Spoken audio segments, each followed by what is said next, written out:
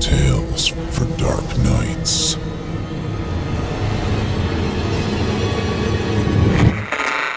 Want to make sure you never miss a Chilling Tales for Dark Nights video again? Be sure to subscribe and hit that bell to turn on notifications.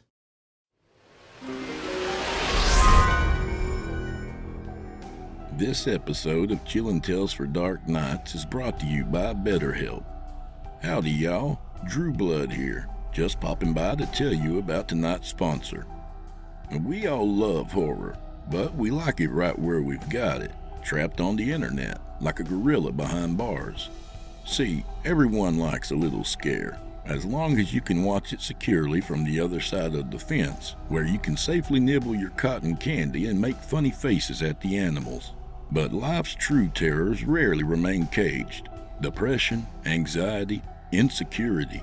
There's no hiding from the horrors of the modern world. No amount of cotton candy can insulate you from it either. And even if it could, then you've still got all that sugar to worry about. I tell you, listener, if it's not one thing, it's another. Jokes aside, we all have our struggles, but it's important to know there is help out there. Real help. BetterHelp. BetterHelp is a professional online counseling service that can help you deal with whatever difficulties you're facing. Whether it's depression, anxiety, anger, grief, relationship issues, or any number of personal problems. You can be speaking to your own personal counselor about it within 48 hours of signing up. Gone are the days of waiting weeks, even months, to get real counseling from a qualified professional. With BetterHelp, you'll get the help you need in a hurry. It's fast, it's convenient, and it's affordable. They're available worldwide, even where mental health services may not be available. Signing up is easy. Visit BetterHelp.com/chillin' to save 10% off your first month of counseling. That's BetterHelp, HELP/chillin' to save 10% off their already affordable rates. And to let them know your friends at Chilling Tales for Dark Nights and Drew Blood sent you. BetterHelp is not a crisis line, and it's not self-help. It's professional counseling done completely online. It's more affordable than traditional offline therapy, and financial aid is available for those who need it. Whatever your situation, with BetterHelp, you've got the means to get better. I want you to start living a happier life today. As a listener, you'll get 10% off your first month by visiting BetterHelp.com/chillin'. Join over 1 million people taking charge of their mental health. Again, that's BetterHelp, HELP.com/chillin'. That's CHILLING. Today's world is a double-edged sword if there ever was one. There's more than ever to give you grief, but with a 24/7 connection to your very own therapist, you'll never need to face it alone. So who's got time for unhappiness when getting the help you need is so quick and easy? Put down the cotton candy and visit BetterHelp.com/chillin' today and get a handle on whatever ails you. Leave the horror to us and let BetterHelp.com/chillin' help you be your best you. Thank you for your continued support and for supporting our valuable sponsors.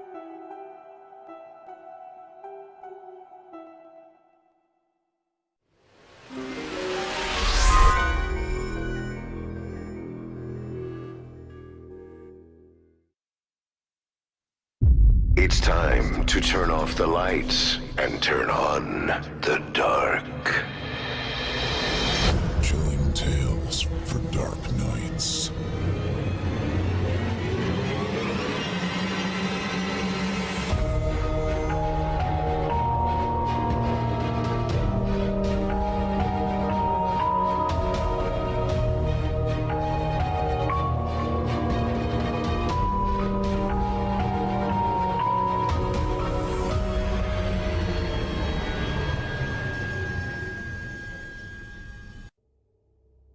Good evening, listener.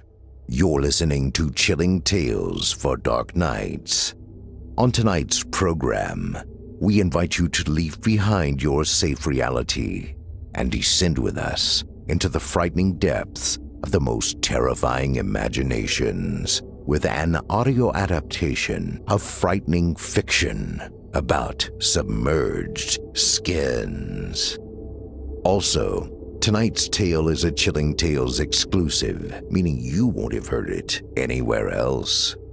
I'm your host for the evening, Steve Taylor, and tonight I'll continue to gladly be your guide as we traverse the dimly lit corridors of your darkest dreams. Joining us to help bring to life the frightening fiction of Nick Carlson are voice talents Eric Peabody, Melissa Medina, and Olivia Steele. Now, get your ticket ready, take your seat in our theater of the minds, and brace yourself. It's time to turn off the lights and turn on the dark.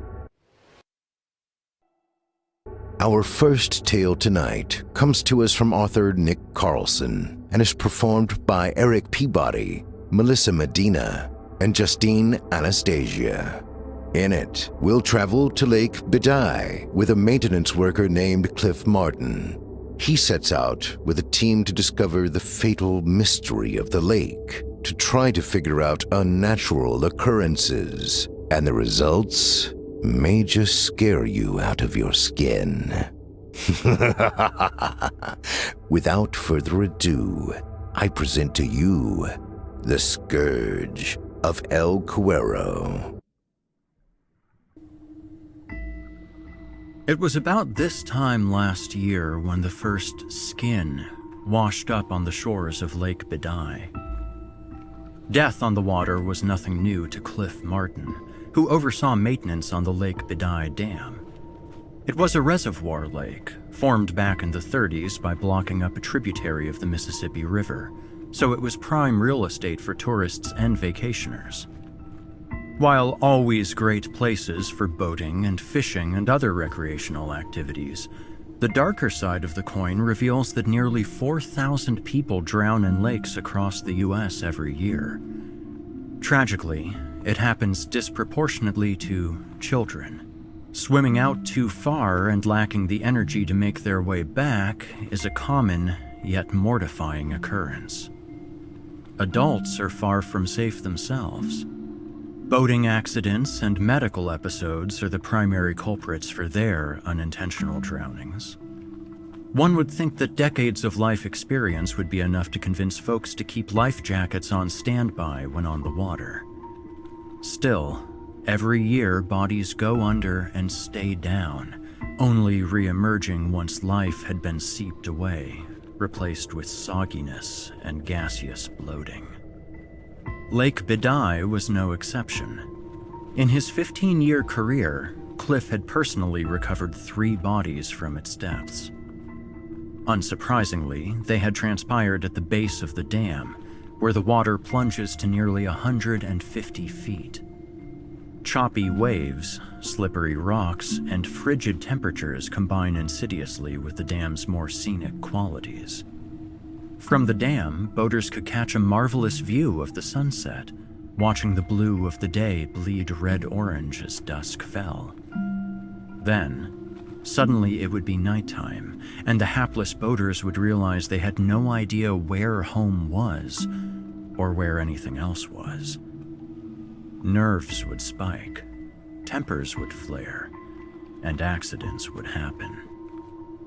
The new case, however, was different. Typical drowning deaths were easy to determine. Pallid blue color and swollen abdomens were diagnostic. However, on that summer's day, a hiker had reported seeing something strange strewn just under the surface at the bottom of the dam. When officers traversed the jagged rocks downwards, they found to their shock it was an empty human skin, split open and splayed out at the spine. There was no blood, no internal organs left. Even the bones had been removed. Only 2 clues were immediately noticeable. One, the overall condition of the hide was ragged and soft, implying it had been underwater for some time before surfacing. And 2, A handful of puncture wounds were visible along where the body's back would have been. To the police officers, they resembled bullet holes. But that didn't explain the complete deboning, plus organ and blood loss, which they tentatively chalked up to cult activity. Cliff wasn't so sure. A small lakeside town in northeastern Texas didn't exactly scream cultist hotbed. With no motive or culprit to attach it to, the first case descended into a fog. And with the discovery of the victim's identity, a homeless man with a history of epilepsy, it simply disappeared from the town's collective mind. The next 3 skins, therefore, turned out more grievous and confounding. Over the next 12 months, a new hide would wash up in a consistent cycle of once every 3 months. All were split down the spine. All were missing their blood, innards, and bones. All were adorned with the same curious punctures, and all were recovered at or near the dam. The victims this time were much more exploitable. A 25-year-old jet skier from New York visiting family, who wiped out and never came up. A 53-year-old father of 4, who wanted to show his kids how deep the lake really was. A 32-year-old swimmer practicing for a triathlon, who just vanished in plain sight. This death was the most startling, as Mason Campbell was well-trained and the weather conditions the day he disappeared were, at worst, mild. There was no way of determining a more bodily cause of death, as there was practically no body to examine. They only knew it was Mason Campbell from the swordfish tattoo on what used to be his left bicep. The media murmurs about cult activity welled up again. Their wild speculation, plus law enforcement's lack of answers, threatened to sink the town's economy. The guided boat tours and quaint shopping districts that brought in capital every season showed signs of suffering for the first time in decades. The dam, once a tranquil and iconic set piece for the lake, became reminiscent of a war zone on account of the armed officers patrolling its length, watching out for who or what ever would strike.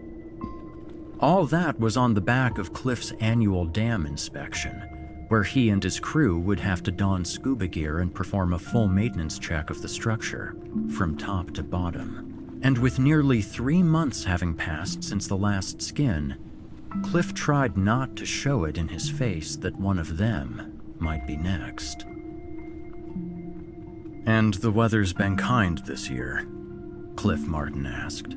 "Yeah, rainfall's been just below average," said Sarah Nielsen, the Bedai National Forest's head ranger. "Very good," Cliff remarked.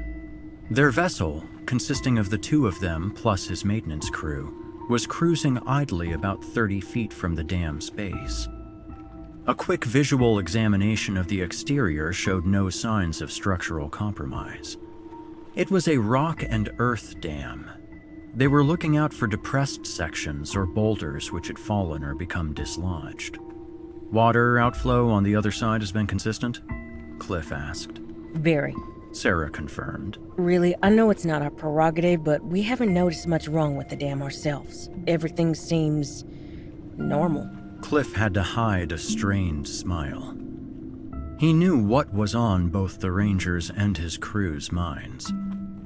All were dancing around the bizarre tragedies that had cropped up over the past year, and the mysterious deaths weren't the only incipient problem brewing. With the town's budget shrinking with each passing day, they could only afford to pay Cliff and his crew for their current inspection. If their financial trajectory continued to plummet, the long-term consequences of a neglected dam could be more severe than 4 dead bodies in the lake. "Look, I'm sorry, but I'm done beating around the bush," Sarah blurted. "I'm a park ranger. My job usually entails raising awareness for endangered salamanders, so I have to ask you, Mr. Martin, who or what could be doing this?" Cliff sighed. He had dedicated his own seasoned thoughts to the deaths over the last several months, but the specifics eluded him just the same. It's very likely that the homeless man suffered a seizure and fell off the dam into the lake. With the jet skier, all it takes is one bad fall to lose consciousness and drown. With the 53-year-old, anything could have happened at that depth that would have kept him from coming up. Accidents happen. It's inevitable. Okay, and what about the skins? Cliff shrugged and looked away. If it was a person that did this, they'd had to have found the bodies once they floated up and done whatever they wanted to do. And I fail to see how they could have gotten away with it 4 times in a row, especially with this much attention. He gestured to the minute silhouette of a police officer walking the top of the dam. And there's no animals in Lake Bedai that could do such signature damage on their own. The only culprit I can imagine is scavenging catfish. Sarah raised an eyebrow, and Cliff gave a grimace. But I think we both know that's not gonna fly, he said. Finally, a solid realization. Sarah muttered, turning away and gazing over the lake. Phoebe Pemberton, an experienced diver and one of Cliff's longtime crewmates, perked up with a furrowed brow. You said native animals, Cliff. Is there anything else that could survive here capable of doing that to a person? Cliff considered it. Broadening the net further revealed a menagerie of exotic aquatic animals more than capable of killing humans. A rogue alligator was possible, but one would have been seen sunning along the shores long before. Bull sharks could survive in fresh water, but the lone, patternless punctures on the recovered skins were not diagnostic of their crescent-shaped jaws. Such punctures would normally pin the blame on a stingray, but there was no motivation for a bottom-feeding animal to deliberately pursue large prey on the surface. And, of course, neither suspect could explain the missing innards and bones. It has to be a cult, Rio Vasquez, the maintenance crew's structural engineer, piped up. I've heard of shit like this from back home. All those Santa Muerte nutjobs running around slaughtering cows and then blaming goddamn aliens. He gave the ranger a knowing stare. Wouldn't be surprised if they're running around here too. Bottom line is, Cliff interrupted, noticing Sarah's mortified expression. Unless we can catch it in the act, there's no way of knowing for sure. Those skins left the coroners and the authorities with nothing. It could be Bertha, said the crew's 4th and final crewmate, diver Trevor Maitland. Who's Bertha? Sarah asked. Oh, she's this giant flathead catfish that lives by the dam, said Trevor, his eyes popping with excitement. By her size, I reckon she's at least 40 years old. She likes when you give her a piece of shad, then she'll nuzzle your face and let you tickle her. That's enough, Trevor, said Cliff, fitting his gaze between him and the ranger. This is insane. This is just fucking insane. Sarah nearly shouted, pivoting away towards the stern. None of you know a goddamn thing, and alien catfish cultists or whatever are killing people left and right in this goddamn lake. Miss, please, Cliff cut in. We're sorry we don't have answers, but... But nothing, Sarah said with resolution. Just get me off this boat and do your jobs, please. Cliff turned the boat away from the dam. You sure? The nearest dock is a good half-mile off. No, just drop me off at the base. I can manage it myself, she snapped. Cliff hesitated, but carefully maneuvered their vessel to the base of the dam. He barely cut the engine when the ranger vaulted the railing and splashed into waist-deep water before ascending the steep, rocky slope. The maintenance crew gaped as she climbed the dam before leveling out at the top, to the bemused looks of patrolling police officers. She's a piece of work, Trevor finally said. She's scared, Trevor, Phoebe reprimanded. Lots of folks are. Which is why I'm going to offer this only once, said Cliff. We can put off the underwater inspection for now until we all feel 100% safe. We don't know what's happening to these victims, and I'd really rather not have to dredge up one of you from this lake next. We're experienced divers, and we're more than capable of handling any dangerous situation, Phoebe countered.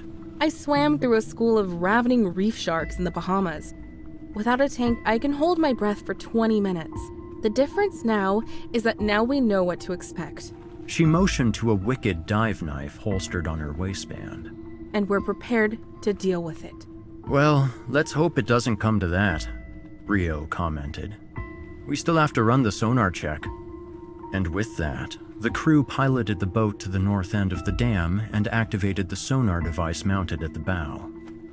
The sound waves would give a crystal clear picture of the underwater topography, translated to colored blotches on the monitor on board. The boat enacted a slow cruise down the dam, watching for any anomalies near the bottom of the dam. Sunken boats, collapsed rocks, depressions in the lake bed. Anything gathered at the submerged base of the dam threatened its structural integrity, and the severity of the anomaly would determine whether they had to go under and assess the potential damage. So far, however, the monitor displayed a clear, clean lake bed, with schooling fish occupying various levels of the 70-foot depth. It got progressively deeper the closer they approached the riser, a large concrete structure that jutted from the surface to the bottom and acted as the primary spillway. When they hit the riser, the depth reached its maximum of 150. They drifted past it with bated breath. The monitor remained blank. Then, right on the bottom, it appeared. It translated to the monitor as a tubular splotch of orange that snaked along the lake bed about 20 feet from the base of the riser. Cliff cut the engine and they stared mesmerized at the anomaly. From sonar alone, they determined that it was a singular object rather than a collection of rubble. They also knew it hadn't been there the year prior. Either it had rolled off the dam and into the water, or it had spontaneously appeared at the bottom of the lake.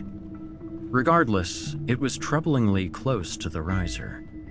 Something had to be done about it, otherwise it could potentially obstruct the spillway. Damn, Rio cursed under his breath, pinching the bridge of his nose. Looks like it's about to come to that. I can't determine what it's supposed to be, said Cliff, shielding his brow against the glare. It's official. We have to go down there. His words hung like a knife in the air as Rio and Trevor gave him disconcerting looks. Like I said, the offer still stands. We can put this off until we know it's safe in the lake. Whatever's down there can't be too much for a fully equipped commercial diver, said Phoebe. I'll gear up in full like it's more reef sharks I'm dealing with.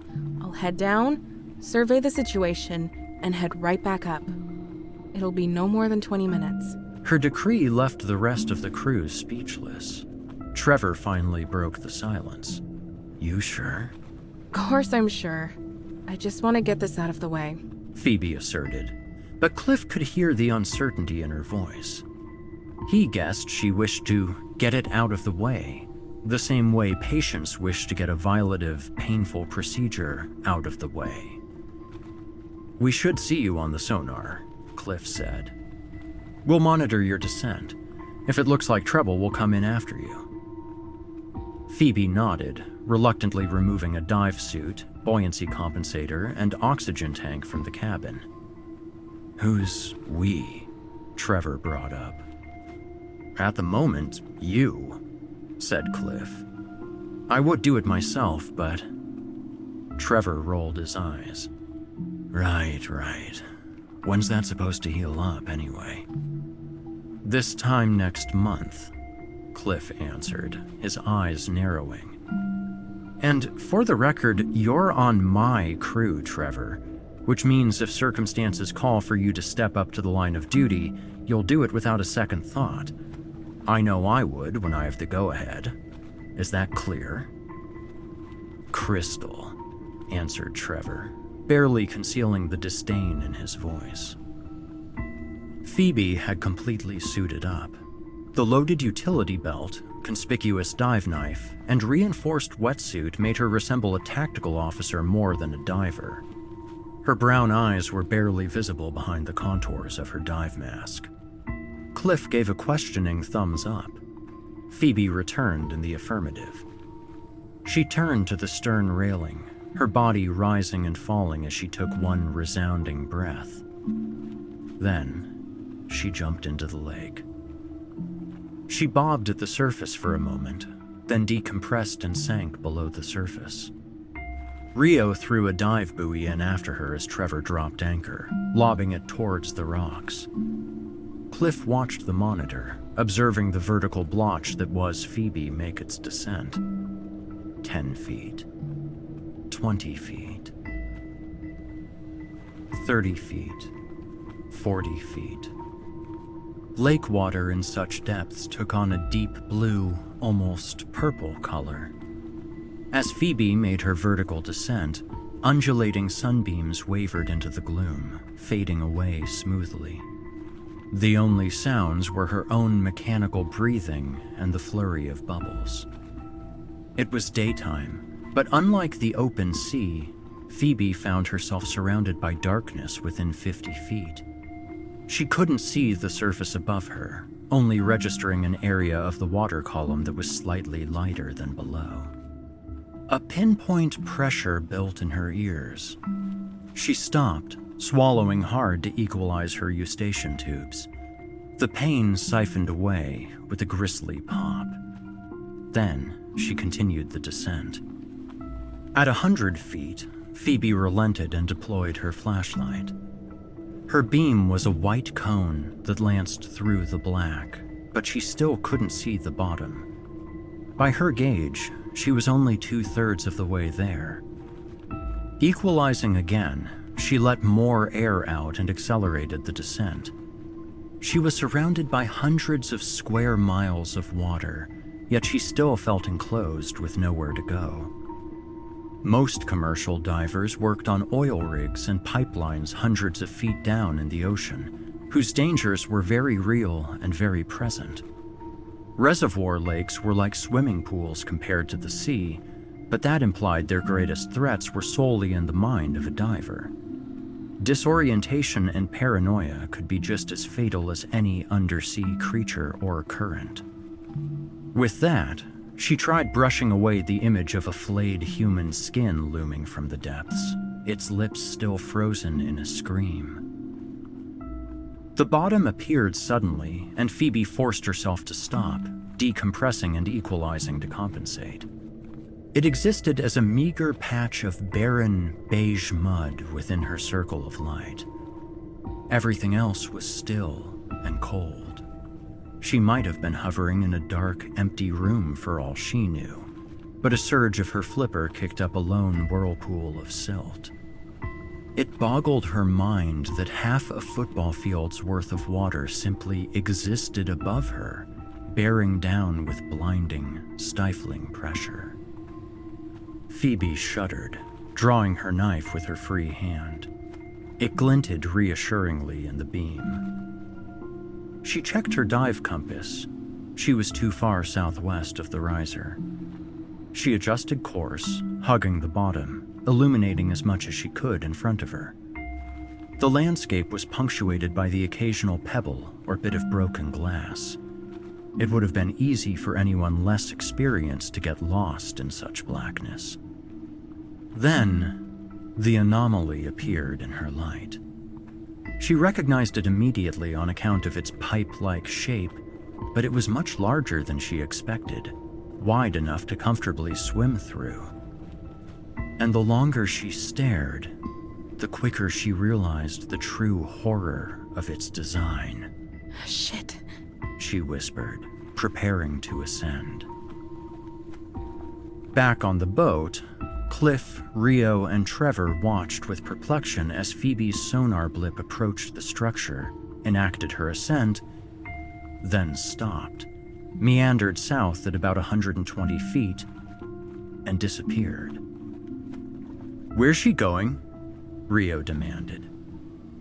"What's she doing is the better question," Trevor said darkly.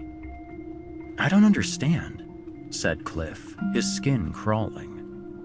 "Unless she's chasing something, she said she'd come up." He ignited the engine. "Raise the anchor, we have to find her." Trevor hauled the anchor chain, dislodging it from the boulders, but Cliff accelerated anyway, his eyes peeled on the monitor. As Trevor struggled with the chain, the vessel encircled the riser and then banked south. The obstruction at the bottom disappeared, appeared, and disappeared from the monitor, but otherwise the water column remained completely devoid. "Gone," Trevor said lowly. "Just gone." "Did she enter the structure, perhaps?" said Rio. "I don't know," Cliff replied, cutting the engine once more. "She's dead," Trevor declared, shaking his head. "The exact same thing got her. I know it." "Trevor," Cliff started. "And this time tomorrow we'll find her skin floating on the surface," he shouted, pointing with a shaky finger. "I should have stopped her. Why didn't any of you?" "Mr. Maitland," Cliff reprimanded, advancing towards him. "Silence yourself. We have no confirmation that she's dead in the first place. Not a word of this gets out." Trevor gave a breathy laugh. "Are you really gonna cover this up? That one of our own disappeared down there? Taken by the same thing that killed 4 others? If word gets out that one of our own died, we'll have a massive frenzy on our hands," Cliff countered. "This is something we must figure out ourselves. She said it herself, people are scared, and it's not going to stop. If it could take down someone like her, then no one is safe. Understand what's at stake, Trevor, unless you want to spend your time getting worked over by journalists and cops and single-handedly sink this goddamn town." The stunned silence hung in the late afternoon air. The 2 men stared each other down, seeming to dare the other to say a word further. The boat bobbed innocently. The only sound was water slapping against the hull. "She's gone," Rio finally said, breaking the quiet. "She's gone, and that's all there is to it." Grief suddenly fell upon the 3 men. Cliff's chest began to ache, not just from the crushing tragedy. The old wound was flaring again. If he hadn't been crippled with his injury, he'd have gone down into the depths first. No need for any of the confusion, the worry, the needless disappearance of his best diver. "That should have been me," he told himself, watching the sun dip below the horizon. "It should have been." Later that night, at the Bedai Park Ranger headquarters, the 3 maintenance workers sat down again with Sarah Nielsen. The air between them was dirty, tired, and strained, like it had just been pulled from the rubble of a collapsed building. "You lost a diver down there," the ranger confirmed, her eyes closed. "Disappeared," Cliff corrected. "We scoured the entire base of the dam via sonar. We can't confirm what happened to Miss Pemberton." "Even so, we stayed 2 additional hours searching," said Trevor. "If she hadn't surfaced by that time, her air supply would have expired. We can only assume the worst," he added, with a side-eyed glare at Cliff. "Regardless," said Cliff, his temper and his chest flaring, "I think you'd agree, Miss Nielsen, that it would be in our best interest to keep this under wraps. I know we can't afford another media frenzy. The area can't take another hit like that." "Yet you still have no idea what it could be." Sarah pressed, her gaze narrowed. "The structure next to the riser is our only clue," said Cliff. "Miss Pemberton apparently saw it and tried ascending. That's when she went off course." "It did something to her," Rio guessed. "Or something else did," Trevor suggested. "Something that lives there."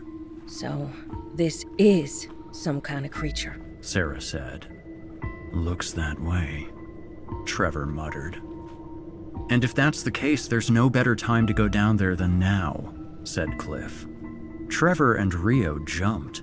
What? They yelled in unison. Sarah likewise looked as though Cliff had just spontaneously combusted.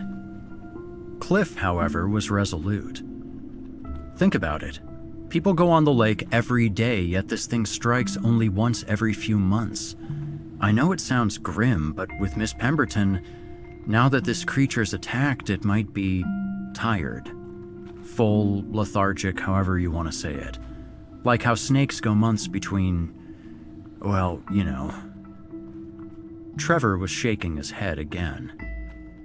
If that's the case, mister, I know it sounds grim. Then why don't you go down there next, to prove the worth of your words? Cliff prepared to argue, but he noticed Sarah's penetrating stare as well. He sighed, his heart sinking. He had already endured so much guilt over allowing Phoebe to descend, over his condition that indirectly forced her to take his place. But the ranger didn't know what his crew knew. He stood up, deciding that a graphic demonstration was apt. Unbuttoning his shirt, he turned to face his crew and the ranger, exposing his chest. Trevor and Rio cringed, but subtly, as they had seen it many times before. Sarah, however, slowly raised a hand to her mouth. Cliff Martin's chest was scarred and depressed, as if his ribs had been forced a few notches inward. Adhesive electrodes were stuck on his skin. Their wires led down to a device resembling a smartphone clamped to his belt. Transcutaneous electrical nerve stimulator, Cliff explained. TENS for short.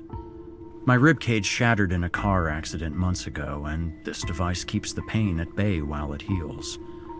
Obviously, submerging would be a poor idea, but even without it, I can't descend much more than 30 feet before the water pressure becomes unbearable. Trevor rolled his eyes. Cliff caught sight of this and shot him a glare as he buttoned up. Cliff was a tall, sturdy man, all things considered. It seemed cruel that such a seemingly flimsy and benign treatment method was preventing him from doing his job properly. He found it an inconvenience then. Now, with such a heavy loss on his shoulders, he despised it. We have to go down there again, Cliff repeated.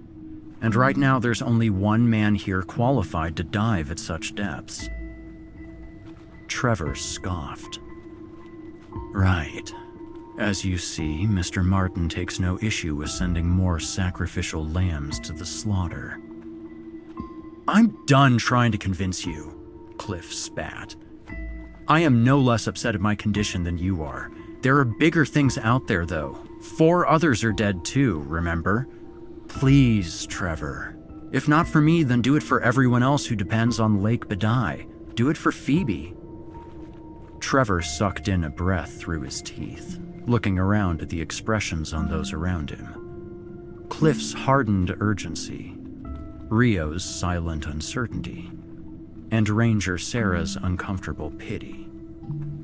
He threw up his hand and stood up. Fuck you, he said, pointing at Cliff. Fuck this lake and fuck everyone else. Then he sighed, his eyelids twitching. But I'll do it. I'll do it for Phoebe. This episode of Chilling Tales for Dark Nights is proudly brought to you by Best Fiends. As the summer months are winding down, I've had time to reflect on how I've spent them.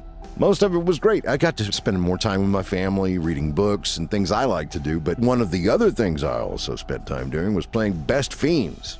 I've been playing it for about a year, and I know you've heard of it by now. Best Fiends takes the best of both battle and puzzle games, and you get to help cute little creatures defeat the slugs from Mount Doom as you move across the levels of the land and unlock achievements on the way. And you unlock new little fiends to help you out along the way. Each of them has a specific little superpower. You'll love it. They're cute too. And I really do appreciate how different this is than other match puzzle games. The matches you create aren't limited to 3, and you get to inflict damage on these slugs over time. Hey, it feels good. It's kind of like therapy. Thousands of puzzles, they add new ones all the time, plus Best Fiends is free to download, so you can get to work and start solving problems and puzzles and defeating these sickening slugs right away. make it a mission. One of them kind of looks like my old neighbor. You know the type. His dog pooped in my yard a lot, okay? This is almost like therapy, okay? Seriously. Anyway, Best Fiends is fun. It's satisfying and challenging in a lot of ways. And with kids back in school, that means I got more time to play Best Fiends. It's super distraction. It's super fun. You're gonna love it. And now is the perfect time for you to join the fun. Just so you know, I'm averaging about 20 levels weekly. I don't play every day. I don't play for hours at a time. I can if I want to, and I have in the past. But I have a personal challenge to extend it to 30 levels a week by the end of this month, which shouldn't be too hard since I just don't ever stop playing. And I also want to reiterate how neat these little fellas are in the game. My favorite, Temper, fits me perfectly. His color, green, which means that leaf matches bring stronger attacks on the levels he accompanies you on. Like I say, superpowers. The summer sun brings summer storms, so I love that even when I'm in a situation without internet or power, and it has happened, I never have to miss out on the fun. I can play it anywhere without having to worry about using data or finding Wi-Fi. Best Fiends, thousands of fun puzzles, and the brain exercise and battles are downright addicting at times. So what are you waiting for? Life has been so serious for so long now. Divert yourself. Let loose. Download the 5-star rated puzzle game Best Fiends free today on the App Store or Google Play. That's friends without the R. And I cannot stress that enough, folks. There's no R. Best Fiends.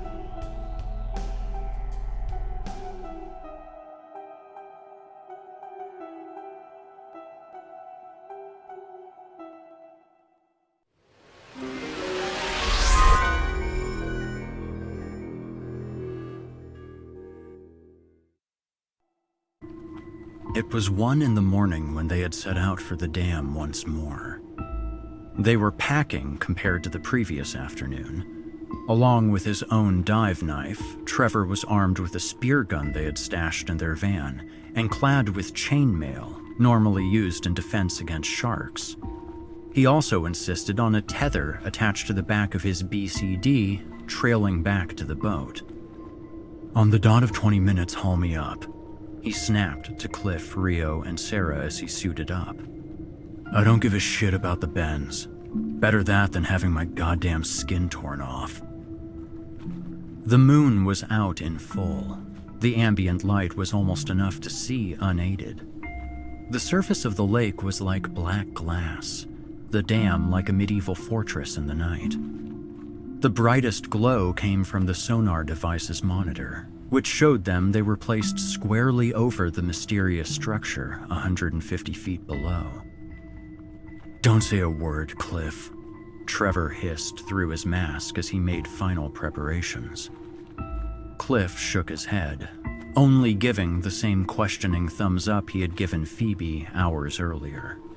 Trevor either ignored or missed it, as he immediately fell backwards into the lake. Amid the flurry of bubbles and the kick of his flippers, a white light blazed to life underneath the surface. Within a minute, they couldn't see him anymore. The only sound was the soft ticking of the cord reel, which gradually let out more of the tether as he descended.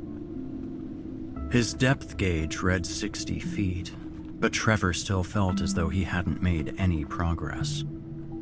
Night dives were nothing new to him, but none of those night dives had ever been accompanied by such a horrible combination of dread, hate, and indignation in his heart.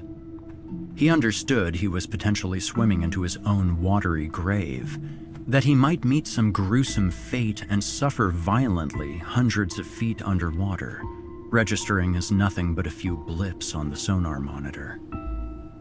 "Fuck me," he whispered, stopping to equalize.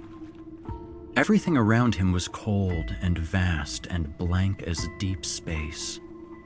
He could see his beam cutting far into the gloom, revealing nothing. Only his own sense of direction told him which way was up.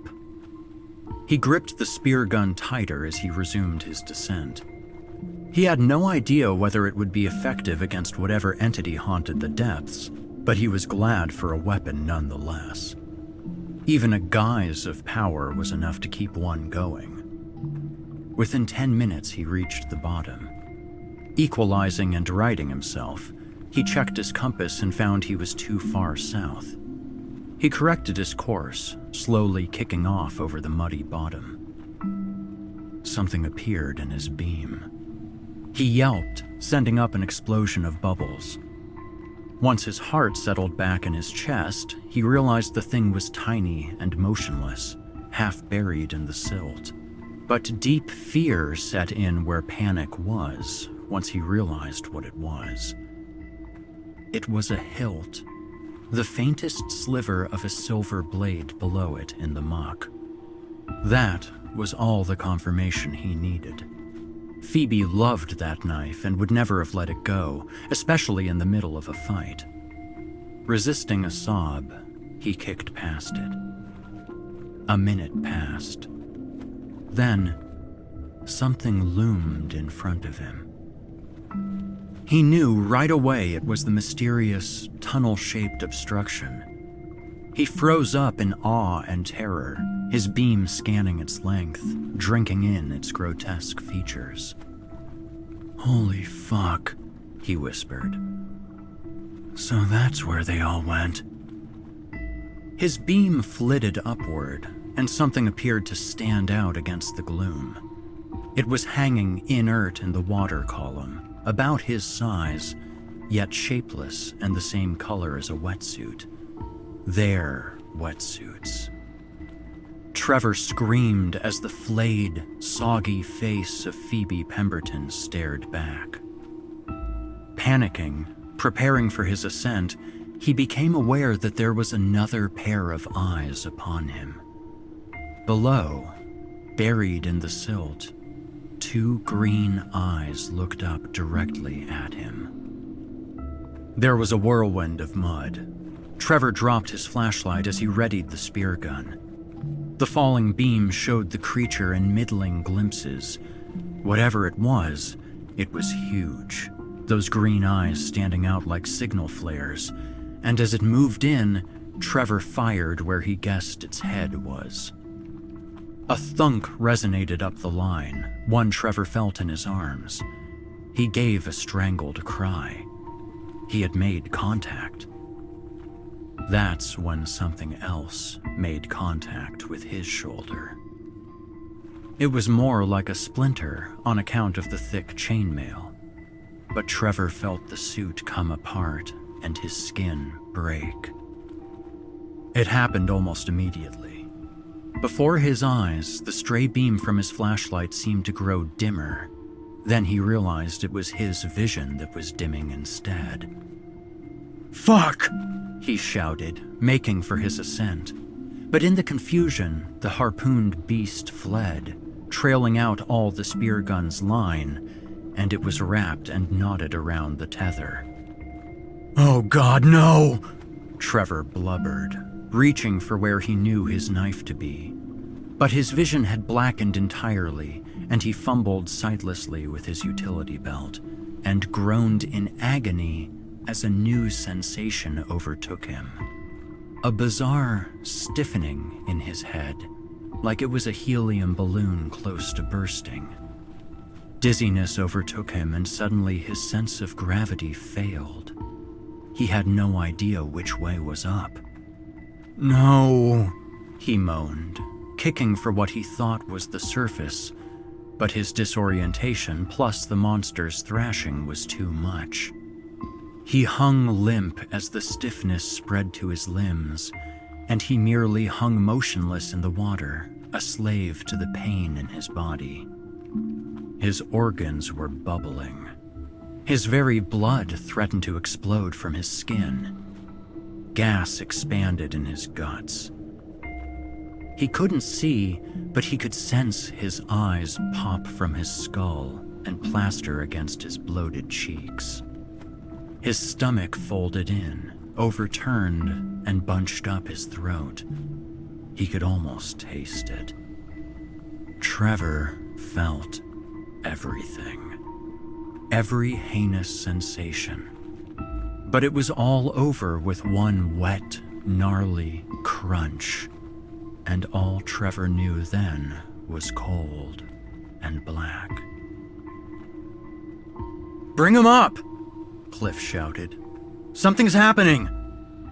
Rio and Sarah jumped to their feet and grabbed entire lengths of the tether, hauling it up, their hands a blur. Cliff watched the scene unfold on the sonar, aghast. Trevor's blip had seemed to double in size, and it was meandering in all directions, but he was still there. "Faster!" Cliff demanded. "Fuck the bends! Bring him up! He's fucking dying down there!" As Rio and Sarah heaved and pulled like machines, Cliff switched on a flashlight and shined it off the railing into the water. He held his breath. "There! I see him!" he shouted. "Heave! Get him over the rail!"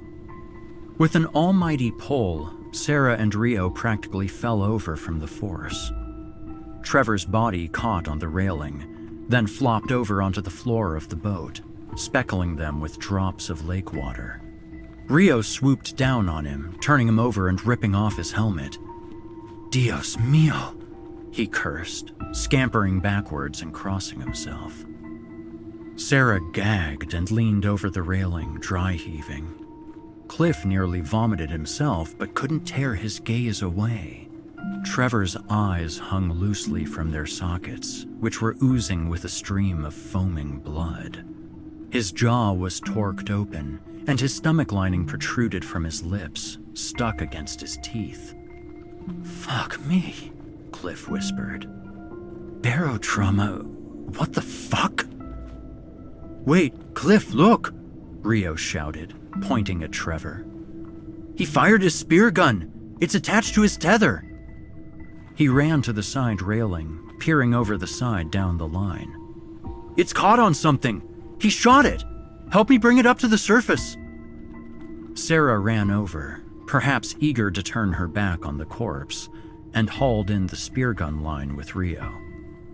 Cliff joined them with the light, shining it into the water once more. The surface broke. What the hell is that? Sarah shrieked. The beast took up so much space, Cliff almost couldn't view it in one look. It was flat, broad, the faded brownish gray of sediment. Only two details stuck out to him: the silver spear jutting from behind its head, and two lime green eyes with pupils like a goat's. The beast kicked, splashing them, but its struggles only scrambled the spear further into its brains. Within a minute, it perished, floating lifelessly in the water next to the boat. The three scarcely even realized the boat had been pitching side to side from the creature's frantic motions. Water, stray equipment, and Trevor's disfigured body rolled and clattered about the floor.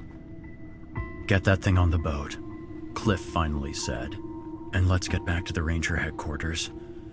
We have some business to take care of. Alone." No trucks are due here until 6. We'll be fine, Sarah said in a small voice. They had towed their vessel into the building's loading dock, ensuring that every way in was bolted shut. Despite the warm summer night, the inside air was cold and musty, made no better by the flickering fluorescent lights and the creature's putrid smell, although neither could tell with confidence which corpse still laying in the boat was actually responsible for the odor. Neither were particularly pretty to look at. "My God," Rio muttered, holding a washcloth up to his nose. "Could we at least cover his face?" Cliff silently agreed and threw another cloth over Trevor's deformed face. Everything below the neck then resembled nothing more than a slightly beaten diver mannequin. "Sadly, we don't have a tarp big enough for that," said Cliff, gesturing towards the beast, still flat and motionless across the floor. Carefully, he hoisted Trevor's body up, coughing against the strain in his ribs, and stepped off the boat, lowering him to the concrete. Then the three of them grabbed a hold of the spear gun line and pulled, dragging the creature off the stern, where it flopped and slid sickeningly. The three gathered around its body, unable and unwilling to break the uneasy silence. "Well," Cliff finally said, "I did have stingray on my list. Stingray was perhaps the most accurate descriptor. Superficially, the creature resembled a manta ray, sans the fleshy protrusions on its face. It was also significantly more deep-bodied, its wings stocky and blunt. Its glassy eyes were positioned on the top of its head, giving it a permanent upward stare. Perfect for seeing victims on the surface, Cliff realized. Its tail was short and sturdy, sword-like rather than whip-like. I don't see a barb. Sarah said, covering her mouth. Did it break off in his flesh or something? There was never a barb, Cliff observed, pointing to its rather featureless tail. And typical stingray venom is necrotic. It doesn't induce barotrauma like with him, he said, gesturing to Trevor's body. So, we killed it? Rio breathed. No way we could have induced such pressure imbalance on our own, Cliff asserted. Let's flip it over. They slid their hands under the beast's wing and lifted. It fell onto its back with a clammy plop. Cliff was surprised to see its mouth was very wide and malleable, like a sturgeon's. Gripped with a sick idea, he knelt down and reached down its gullet. Taking care not to prick himself on the sharp edges, he grabbed a fleshy handful of something and pulled, standing up. Rio audibly gasped. It was equipped with a proboscis, longer than the creature itself. Sticking from the opening was a single oozing point. I know what this is, Rio whispered. What? Cliff demanded, dropping the tongue. What is it? Well, I know, but it's not supposed to be real, he stuttered. This is El Cuero, the cowhide. The following silence was awkward and thick. The cowhide? Sarah parroted. Rio nodded. It's a monster that lives in rivers and lakes. It looks like a cowhide splayed out in the water. That's how it gets you. You get up close wondering what a cowhide is doing in the water, and boom! It grabs you with its tongue. Cliff examined the creature once more and had to conclude he could see the resemblance. But what's it doing in Texas? He asked. I don't know, said Rio. We have regular stingrays in Argentina. From what I know, they became freshwater when the sea receded a long time ago and they became landlocked. That's where the legend came from. Maybe something like that happened here. And evolution went haywire, Sarah concluded with a grimace. Turned an animal that eats clams and fish into one that kills terrestrial mammals, Cliff mumbled, pacing. I'm willing to bet whatever venom it packs induces barotrauma in its prey, and it sucks out its softer parts with that proboscis. leaving just the skin. Sarah finished. And that happened to Phoebe? Said Rio. Cliff nodded solemnly. Sarah had to turn away again. But what about the bones? Rio added. Another sick idea came onto Cliff as he noticed the creature's distended stomach. Drawing his own knife, he knelt back down and slit the knife through its skin. It was slippery, yet tough, resisting against the blade. Watery blood seeped forth and the horrid smell intensified. He turned his head away in fear of puking. He tore open the stomach cavity with all his strength, ignoring the indignant stitch in his chest. There we go, he declared ominously. The creature's guts were jam-packed with human bones. The entire skeleton could have been rearranged. The bones swam in a broth of digested flesh and foamy blood. Strange. The bones don't appear to have been digested at all, he muttered, picking up a finger bone. He stopped, however, at a lone glint of gold that stood out on it. He dropped the finger, mortified. Phoebe hadn't been married, but he knew the ring had been a memento from her grandmother. We're not out of the woods yet, he declared, standing up. He turned to Rio and Sarah, opting not to tell them about the ring. This El Cuero may be dead, but still we know nothing about that obstruction. Frankly, I fear the worst. What's the worst? Sarah asked.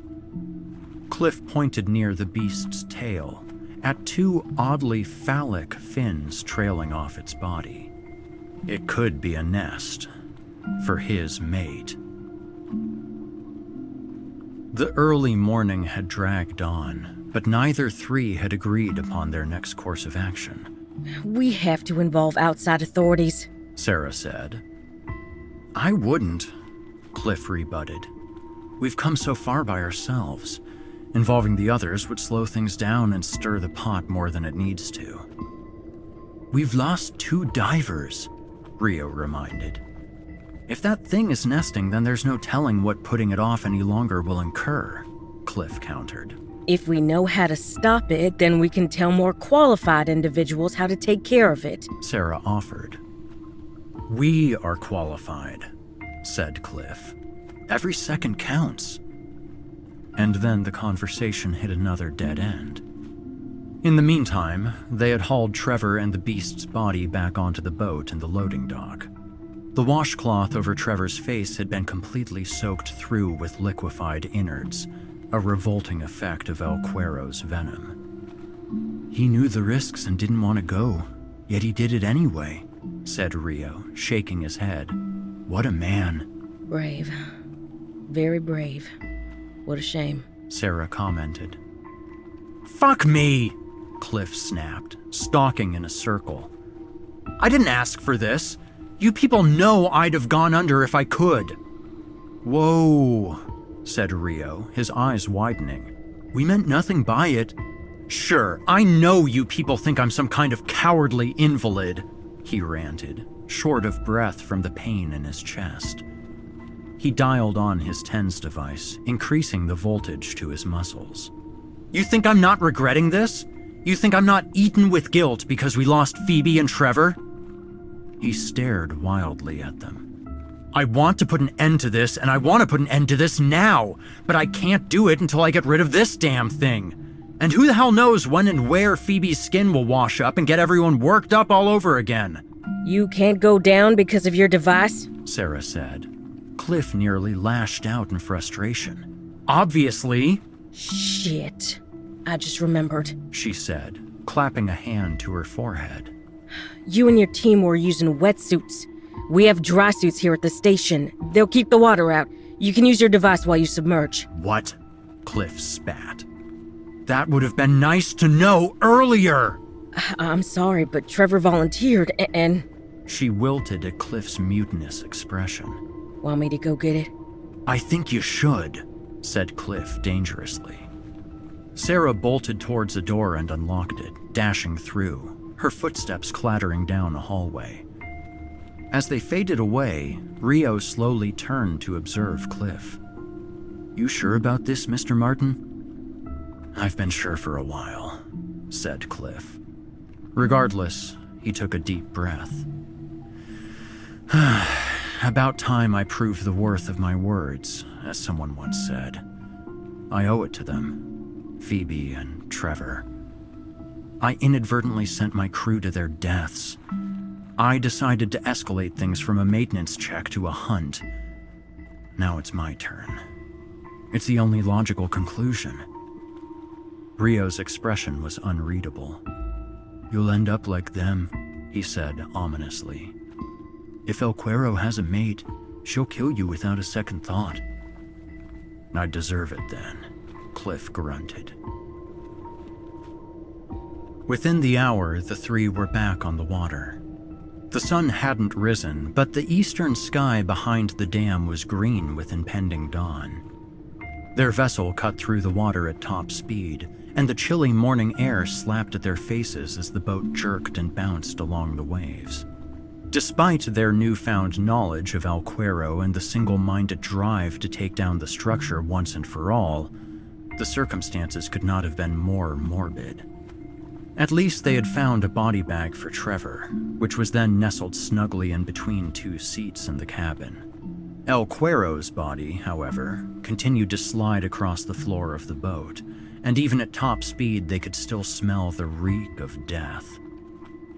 "Well, where else are we going to put them?" was Cliff's rationale to the dismayed Rio and Sarah. The dam loomed on the horizon. The rising sun behind it formed a radical gradient of color. Burnt orange melded smoothly into vegetative green, which turned to midnight blue and finally abyssal black to the west. It might have been gorgeous if it weren't heralding El Cuero's killing fields.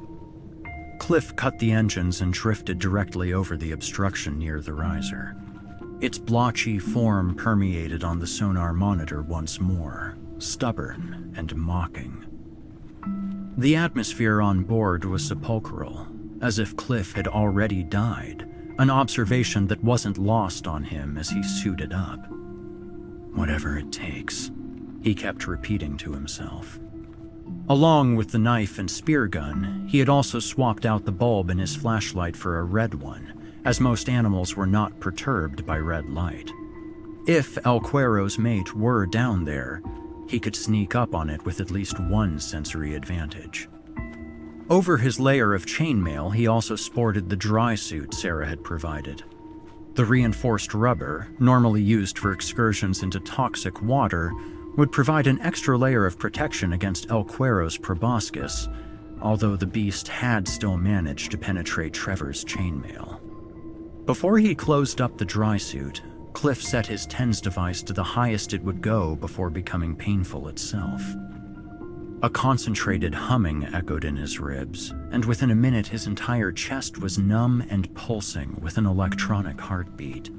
He took in a deep breath that would have normally aggravated his injuries, and was relieved to feel nothing. "Cliff," Rio urged before Cliff had put on his helmet. "You're acting maniacal. You really can't let someone else tackle this?" "I'll die before I let this thing get out any more than it already has," Cliff resolved. "I'm going to go down there and do whatever it takes to avenge them, and myself." "If there's another one down there," said Rio worriedly, "and if El Cuero's anything like my grandmother used to go off about, you truly won't be safe." "I suspected this would be a one-way trip," said Cliff, before disappearing under his helmet.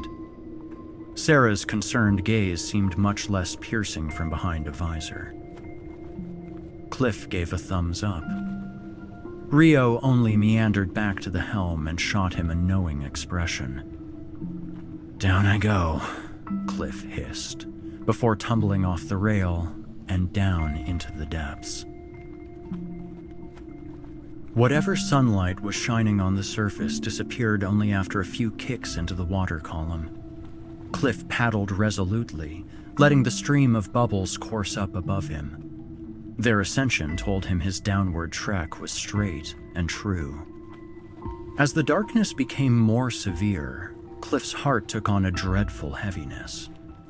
Perhaps it was the desensitized pressure on his chest, or the realization that both Phoebe and Trevor had traversed this horrid gloom before meeting their fates. Apprehension gripped him. He checked his dive gauge. It read 60 feet. It was the point of no return. Everything around him looked the same. Ascending wouldn't make a difference. There was only the descent left. His nerve broke, and Cliff drew the flashlight. A red cone flared to life, drilling into the frigid depths. He stopped. Something amorphous and ragged floated inert in his beam, almost glowing under the crimson light. At first glance, it resembled El Cuero, strikingly living up to its cowhide-like namesake. Then, Cliff realized, his heart blackening, it had a vaguely human face on its far end. "Christ," he whispered.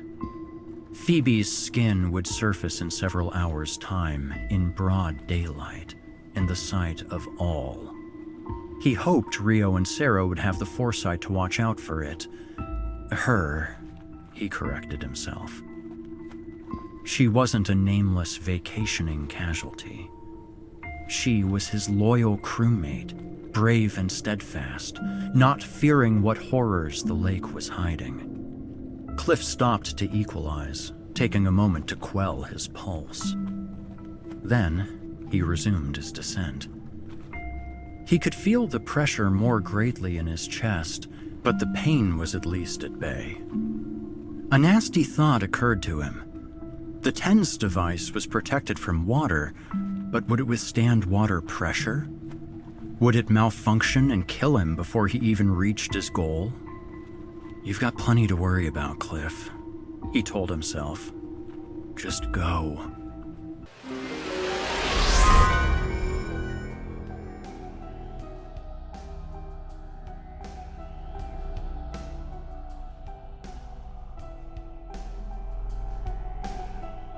This episode of Chilling Tales for Dark Nights is proudly brought to you by Monday.com.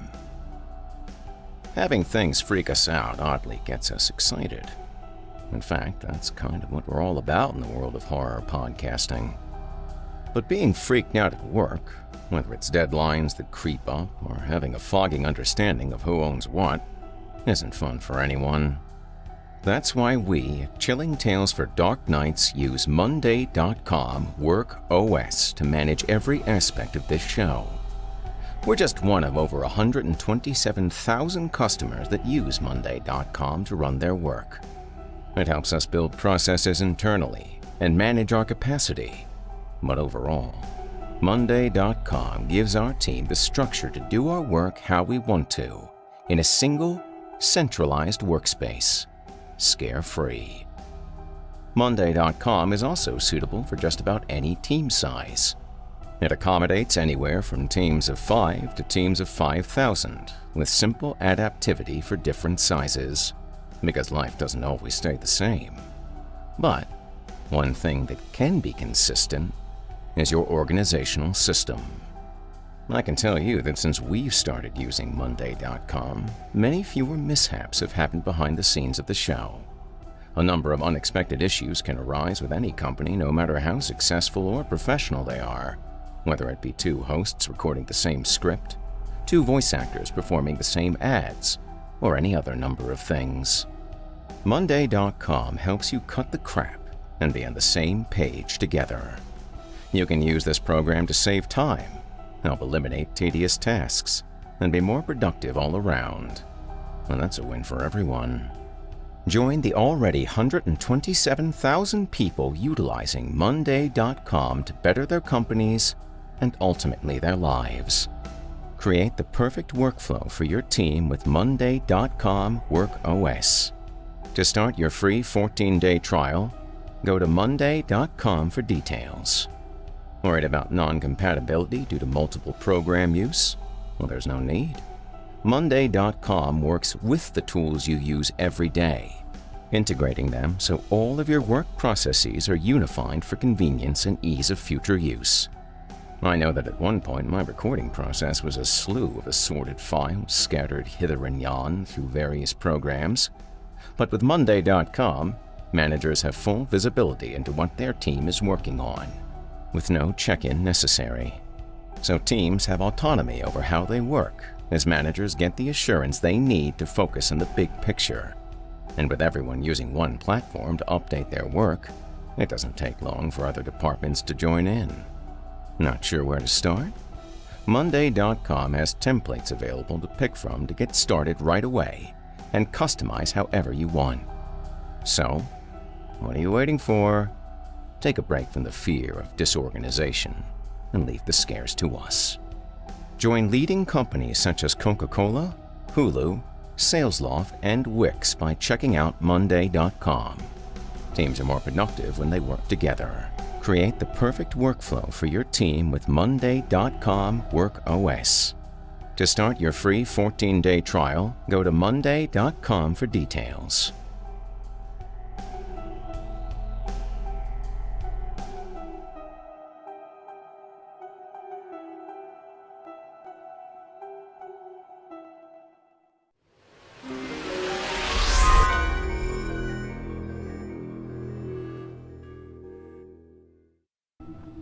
After several agonizing minutes, the bottom appeared in his beam. The redness gave it a disturbing likeness to strewn viscera. Cliff leveled out and checked his compass. He was too far northwest. He corrected his course towards the riser. He expected to see El Cuero's eyes shining out at him from the darkness, but all he saw was the desolate, red-tinted lake bed. The TENS device felt 50 pounds heavier in his dry suit. Could El Cuero detect electricity, like sharks and rays? Something appeared to Cliff's left and he halted.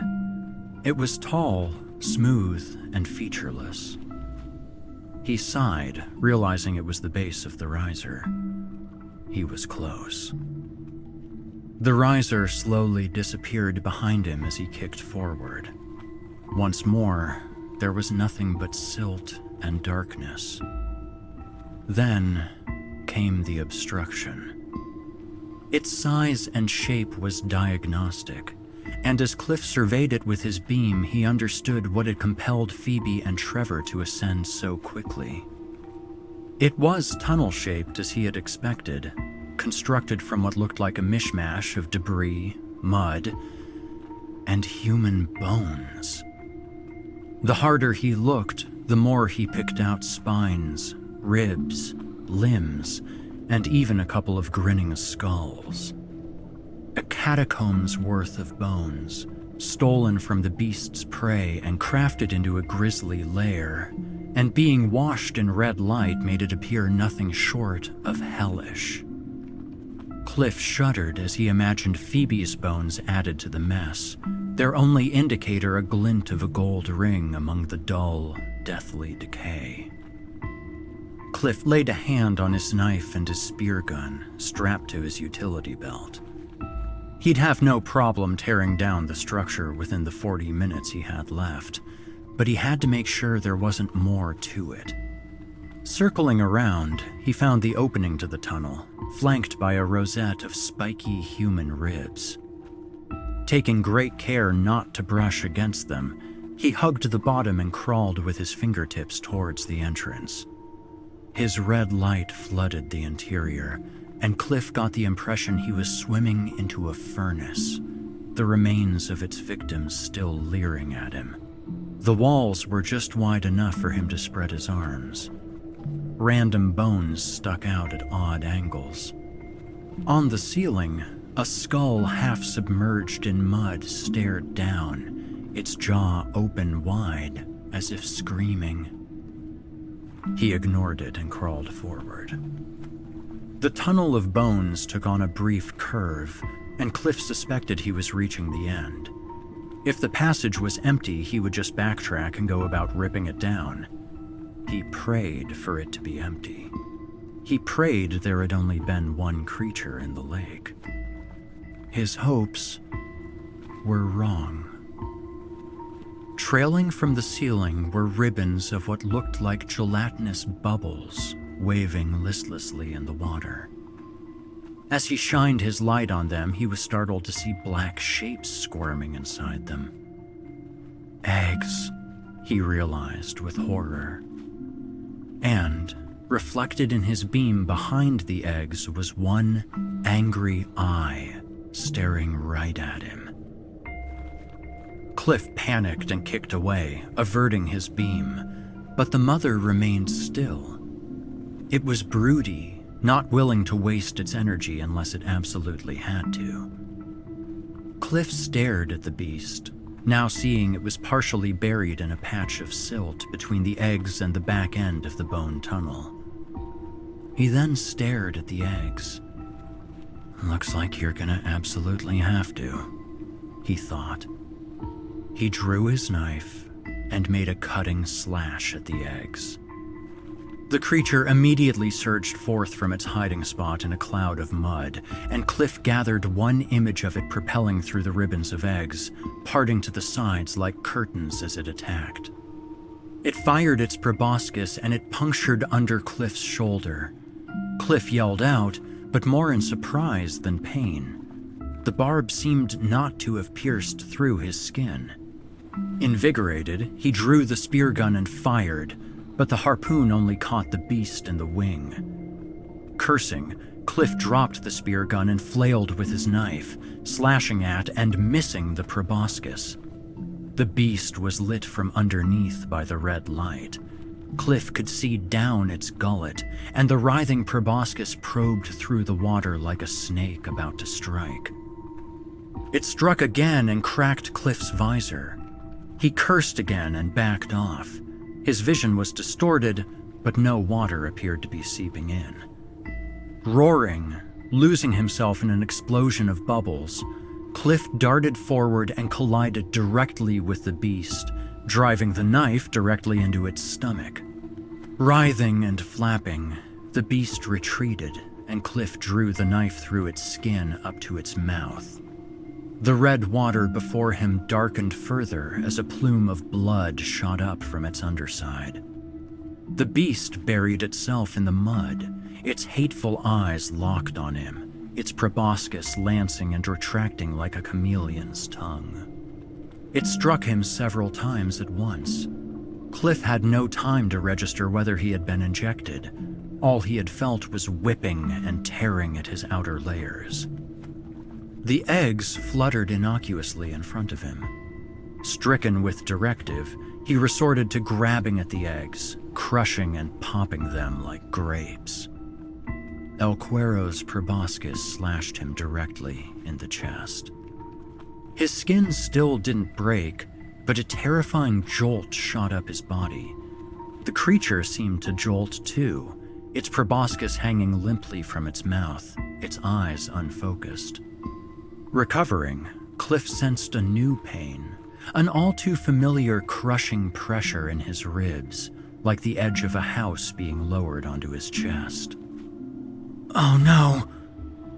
Even as Cliff put the pieces together, the agony compounded. He could feel the broken remains of the TENS device sticking into his skin, nearly buried underneath the pressure.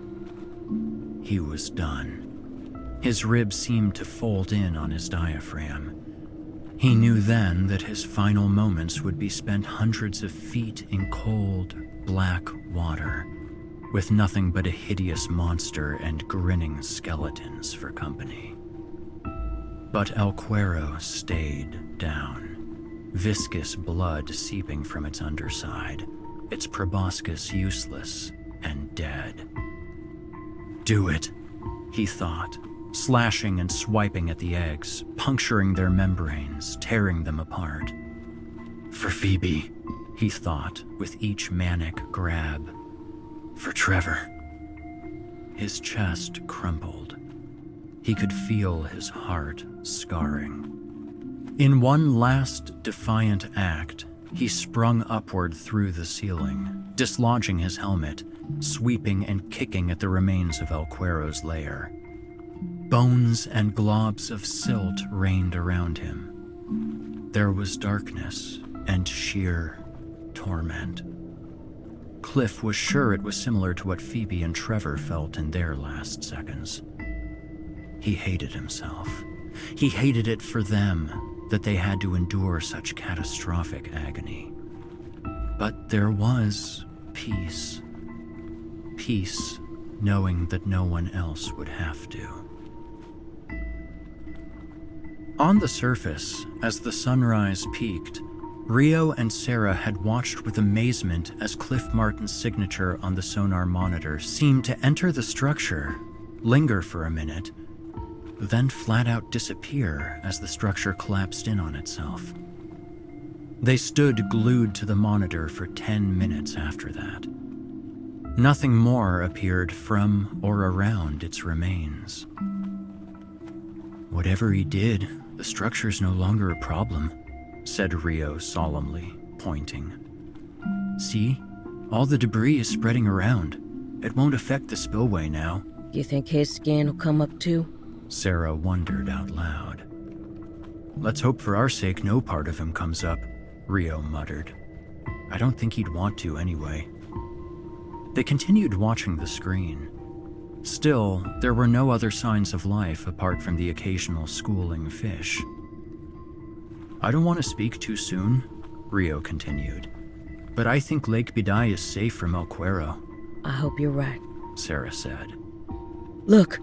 Rio glanced around and saw a small group of boats heading their way.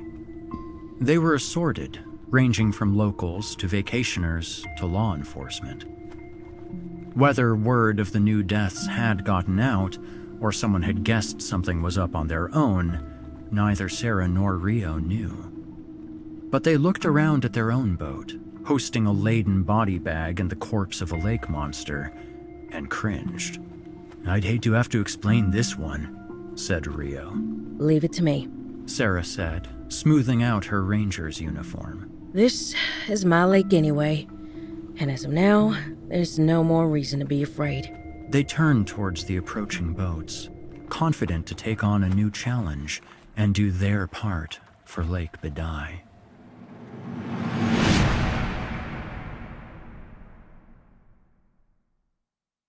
I hope you enjoyed The Scourge of El Cuero, as written by Nick Carlson and performed by Chilling Tales for Dark Nights talents Eric Peabody, Melissa Medina, and Olivia Steele. If you enjoyed Mr. Peabody's performance, you can hear more of him on the Chilling Tales for Dark Nights YouTube channel, where he holds the second place championship for the 2019 Evil Idol voice acting competition.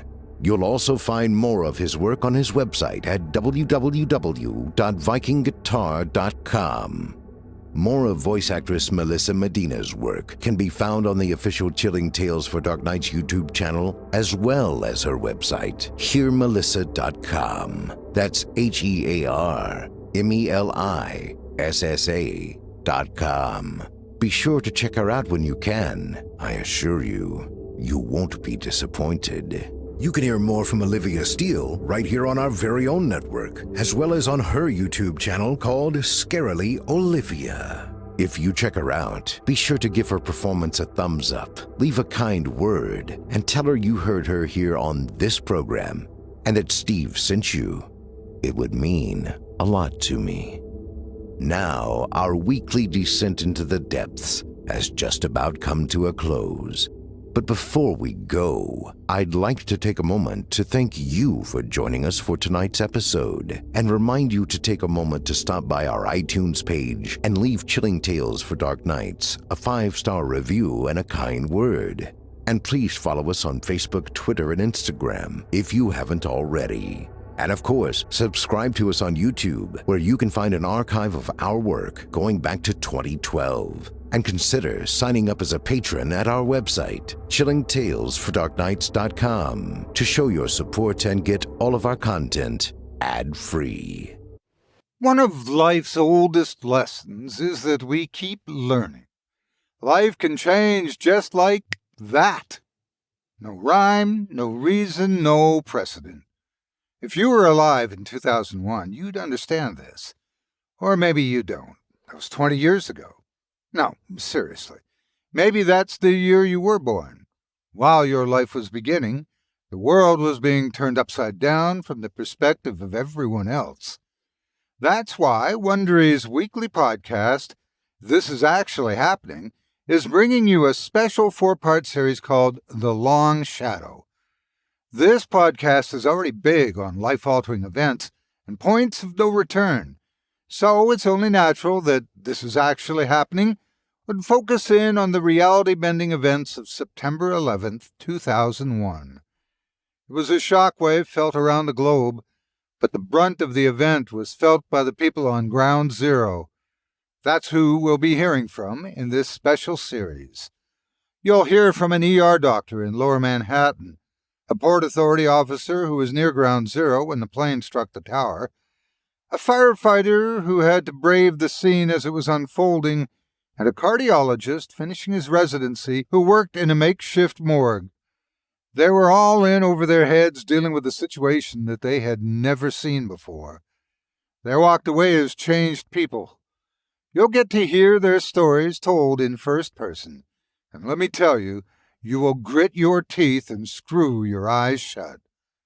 When 9/11 happened, I remember it as being horrible for me.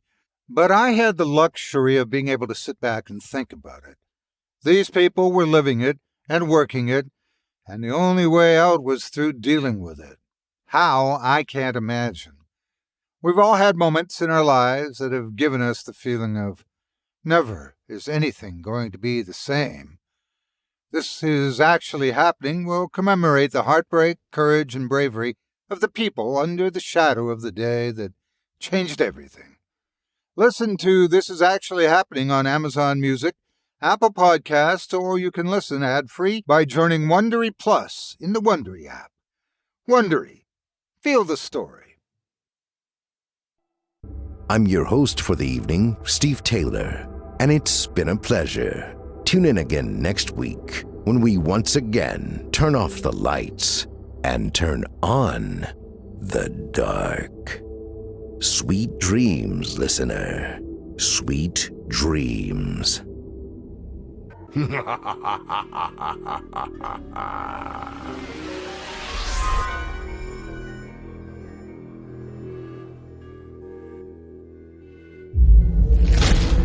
Chilling tales for dark nights.